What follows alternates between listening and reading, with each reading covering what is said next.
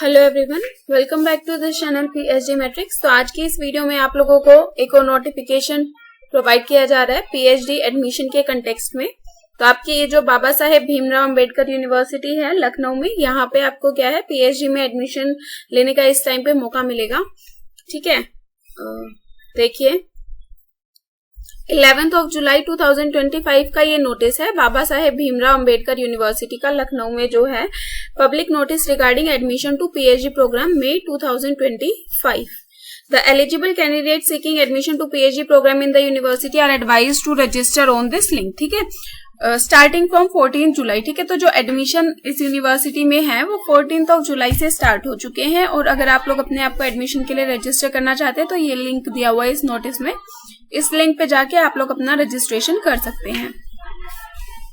और आपकी जो है मतलब क्या आपकी एलिजिबिलिटी रहेंगी, क्या आपके पास क्वालिफिकेशंस होनी चाहिए, इसके लिए आपको इनका इंफॉर्मेशन बुलेटिन गो थ्रू करना पड़ेगा। और इसमें क्या है कि अगर आप यहाँ पे पीएचडी के लिए अप्लाई करते हो, अगर आप लोग अनरिजर्व कैटेगरी से बिलोंग करते हो या इस कैटेगरी में आते हो तो आपकी 500 रुपीज रजिस्ट्रेशन फीस होगी। और आप इन पर्टिकुलर कैटेगरी से बिलोंग करते हो तो आपकी रजिस्ट्रेशन फीस 300 रुपीज रहेगी। उसके अलावा रजिस्ट्रेशन की जो लास्ट डेट है वो 31 जुलाई 2025 रहने वाली है। उस केस में आपको फीस 500 और 300 रुपीज देनी पड़ेगी। लेकिन अगर आप 31 जुलाई के बाद रजिस्ट्रेशन करते हो तो भी 8 अगस्त तक आप लोगों के लिए रजिस्ट्रेशन अलाउड है। लेकिन उस टाइम पे क्या होगी, फीस आपकी बढ़ जाएगी, 1000 रुपए लगेंगे, चाहे आप किसी भी कैटेगरी से बिलोंग करते हो। उसके अलावा कुछ इंपॉर्टेंट कंडीशंस दी हुई है पीएचडी में रजिस्ट्रेशन करने के लिए। क्या क्या रहेगा कि जो रजिस्ट्रेशन फीस है वो आपको ऑनलाइन पे करनी पड़ेगी। और अगर आप डिफरेंट कोर्सेज के लिए अप्लाई करना चाहते हो तो आपको हर एक कोर्स के लिए अलग से सेपरेट रजिस्ट्रेशन फी पे करनी पड़ेगी।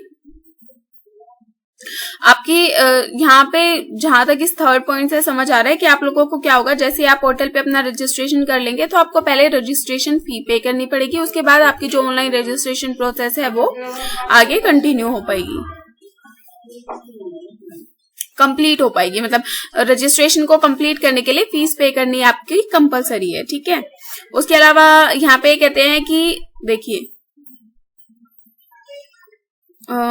कि मतलब जो कैंडिडेट हैं उन्होंने अगर कैटेगरी 2 और कैटेगरी 3, आपको पता होगा नेट और जेआरएफ में 3 कैटेगरी होती है। कैटेगरी फर्स्ट जेआरएफ की है, कैटेगरी 2 नेट की है, कैटेगरी 3 आपकी पीएचडी ओनली है। तो जो भी कैटेगरी 2 और कैटेगरी 3 जिन्होंने क्वालिफाई किया है वो लोग अगर पीएचडी में एडमिशन लेना चाहते हैं तो उनकी क्वालिफिकेशन की वैलिडिटी सिर्फ और सिर्फ 1 ईयर रहने वाली है। ठीक है, इसके अलावा अगर आपकी कोई और भी क्वेरी रहती है, कोई आपको कंफ्यूजन क्रिएट आता है, डाउट आता है, तो एक तो आप इस कॉन्टेक्ट नंबर पे कॉन्टेक्ट कर सकते हैं या फिर आप इस ईमेल आईडी पे भी अपनी मेल सेंड कर सकते हैं। ठीक है, उसके अलावा एक बार इसका प्रोस्पेक्टस भी देख लेते हैं।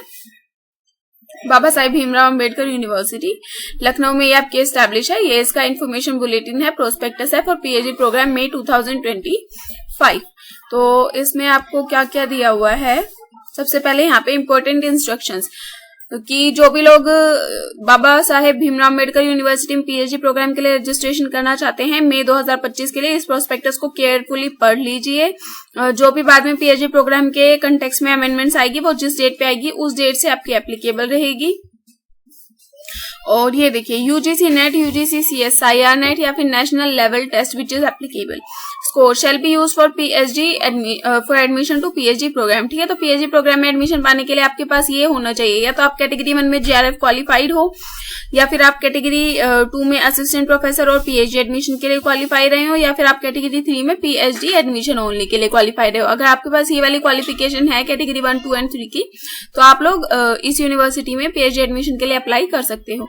उसके अलावा क्या कह रहे हैं, जो शॉर्ट लिस्टिंग ऑफ कैंडिडेट का जो क्राइटेरिया रहेगा वो क्या रहेगा, सबसे पहले तो आपका जो नेशनल लेवल टेस्ट है उसमें जो आपके मार्क्स रहेंगे उसके बेसिस पे आपकी मेरिट लिस्ट प्रिपेयर की जाएगी। दूसरा आपका इंटरव्यू के बेसिस पे। ठीक है, तो इनमें क्या है, प्रोपोर्शन डिवाइड कर दिया गया है। नेशनल लेवल एलिजिबिलिटी टेस्ट में जो मार्क्स होंगे उसकी 70% वेटेज दी जाएगी और इंटरव्यू में आपकी 30% वेटेज दी जाएगी। इंटरव्यू में किस किस चीज को कंसीडर किया जाएगा, सबसे पहले आपके जो एकेडमिक मार्क्स है बैचलर और मास्टर्स डिग्री के, उनको कंसिडरेशन दी जाएगी।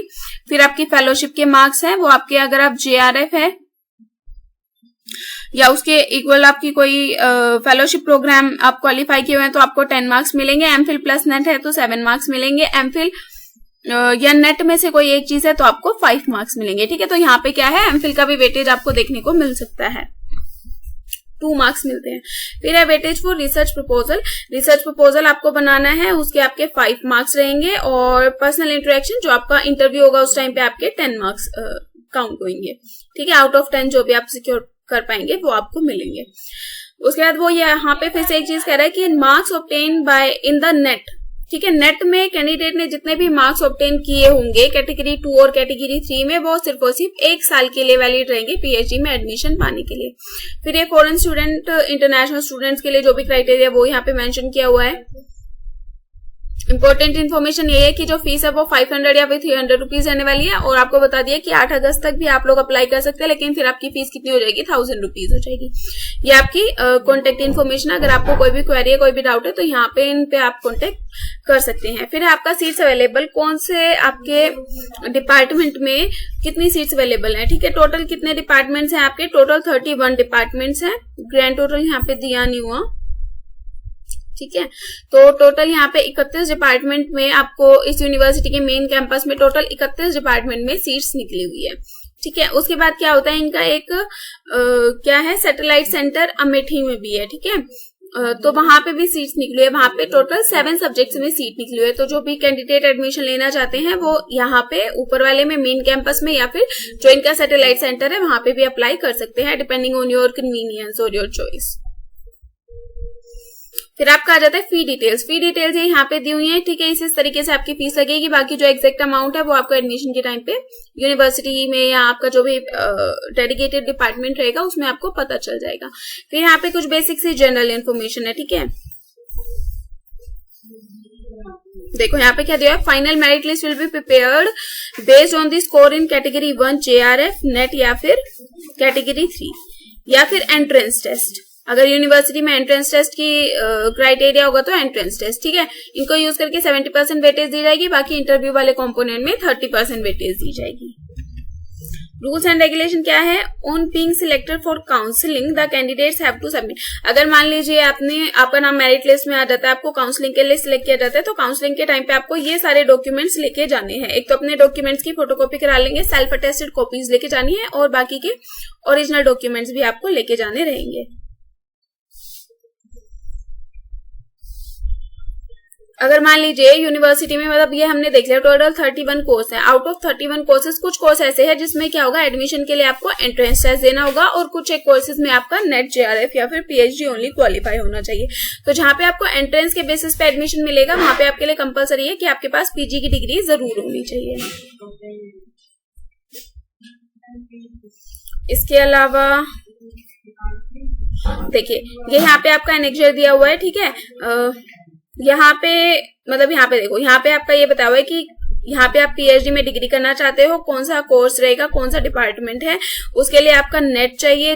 नेट आपकी एलिजिबिलिटी रहेगी या फिर यूनिवर्सिटी में एंट्रेंस एग्जाम होगा। और नेट के साथ साथ क्या एलिजिबिलिटी है कि आपके पास मास्टर्स डिग्री जरूर होनी चाहिए विद एटलीस्ट 55% मार्क्स। और कुछ एक केस में रिलैक्सेशन भी दी जा रही है कि आपके अगर 50% मार्क्स होंगे तो भी आप अप्लाई कर सकते हो। अब देखो जैसे कि कुछ एक कोर्सेज है, जैसे कि ये देखो हॉर्टिकल्चर का कोर्स है।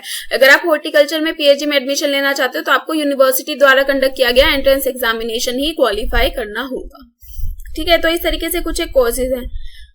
यहाँ पे भी अगर आप फार्मास्यूटिकल साइंसेस में ले रहे हो तो भी यूनिवर्सिटी अपना खुद का एंट्रेंस टेस्ट कंडक्ट करेगी। फिर आपका civil engineering, electrical engineering, electronics and communication engineering, mechanical and automobile engineering. ठीक है, तो इन पर्टिकुलर कोर्सेज में अगर आप एडमिशन लेना चाहते हो तो आपको यूनिवर्सिटी का एंट्रेंस एग्जाम क्लियर करना होगा, अदरवाइज आपका नेट JRF से काम चल जाएगा। तो ये कुछ एक बेसिक इन्फॉर्मेशन थी जो आपके PhD प्रोस्पेक्टस में दी हुई है। That's it in our today's video. ऐसे ही और अपडेट्स और इन्फॉर्मेशन समय से पाते रहने के लिए हमारे चैनल के साथ जुड़े रहिए। PhD मैट्रिक्स, हमारी वीडियो को लाइक करें, शेयर करें और चैनल को सब्सक्राइब करना ना भूलें। Thank you.